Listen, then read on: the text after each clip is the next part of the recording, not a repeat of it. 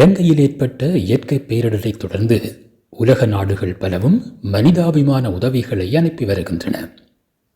இதுவரை இந்தியா, பாகிஸ்தான் உள்ளிட்ட அயல் நாடுகளிலிருந்து விமானப் பொருட்களை தாங்கி வந்து சேர்ந்த விமானங்கள் உட்பட அனைத்தும் கொழும்பு கட்டுநாயக்க சர்வதேச விமான நிலையத்திலேயே தரையிறக்கப்பட்டிருக்க, அண்மையில் அமெரிக்காவிலிருந்து வந்த விமானம் மட்டும் யாழ்ப்பாணம் பலாலி விமான நிலையத்தில் தரையிறங்கியது.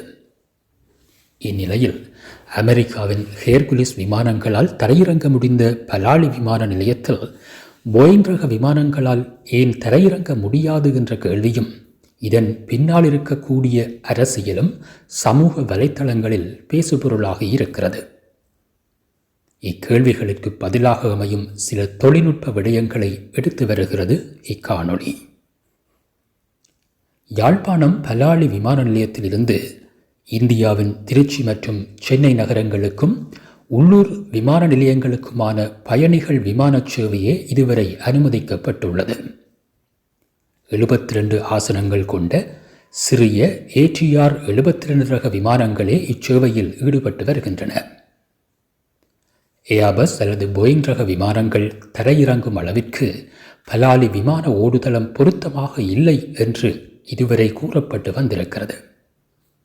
அப்படி இருக்க அமெரிக்காவின் ஹேர்குலிஸ் விமானத்தால் மட்டும் எப்படி தரையிறங்க முடிந்தது? இராணுவ தேவைகளுக்காக பிரத்யேகமாக வடிவமைக்கப்பட்ட விமானங்களில் பெரும்பாலும் டர்போப்ரோப் வகை இயந்திரங்கள் உபயோகிக்கப்படுகின்றன.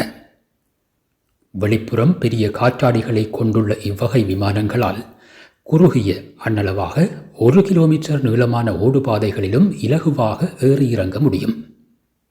இதேபோல ATR 72 போன்ற சிறிய ரக விமானங்களும் டர்போப்ரோப் இயந்திரங்களையே பாவிப்பதனால் சிறிய ஓடுதளத்தில் அவற்றால் ஏறி இறங்க முடிகிறது.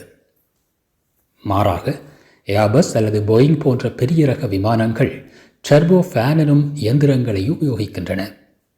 இவ்விமானங்களுக்கு ஏறி இறங்க அண்ணளவாக 2 கிலோமீட்டர் அல்லது அதிக நீளமான ஓடுபாதை தேவைப்படுகிறது.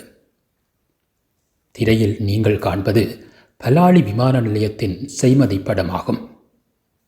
இந்த ஓடுபாதை அண்ணளவாக 1.3 கிலோமீட்டர்கள் மாத்திரமே திருத்தப்பட்டு தற்போது பாவனையில் இருக்கிறது. மிகுதி 0.9 கிலோமீட்டர் ஓடுபாதை திருத்தப்படாமல் உள்ளதால் பெரிய விமானங்கள் இறங்கி ஏற முடியாமல் இருக்கிறது. ஆனால் திருத்தப்படாத அந்த 0.9 கிலோமீட்டர் ஓடுபாதையும் கூட முன்னர் பாவனையில் இருந்திருப்பதை இச்செய்மதி படம் தெளிவாக காட்டுகிறது. ஓடுபாதை திருத்தப்படாததால் பெரிய விமானங்கள் ஓடவில்லையா, அல்லது பெரிய விமானங்கள் ஓடக்கூடாது என்பதற்காக இவ்வோடுபாதை திருத்தப்படவில்லையா என்பதே இப்போது எழுந்துள்ள அரசியல் ரீதியான கேள்வி.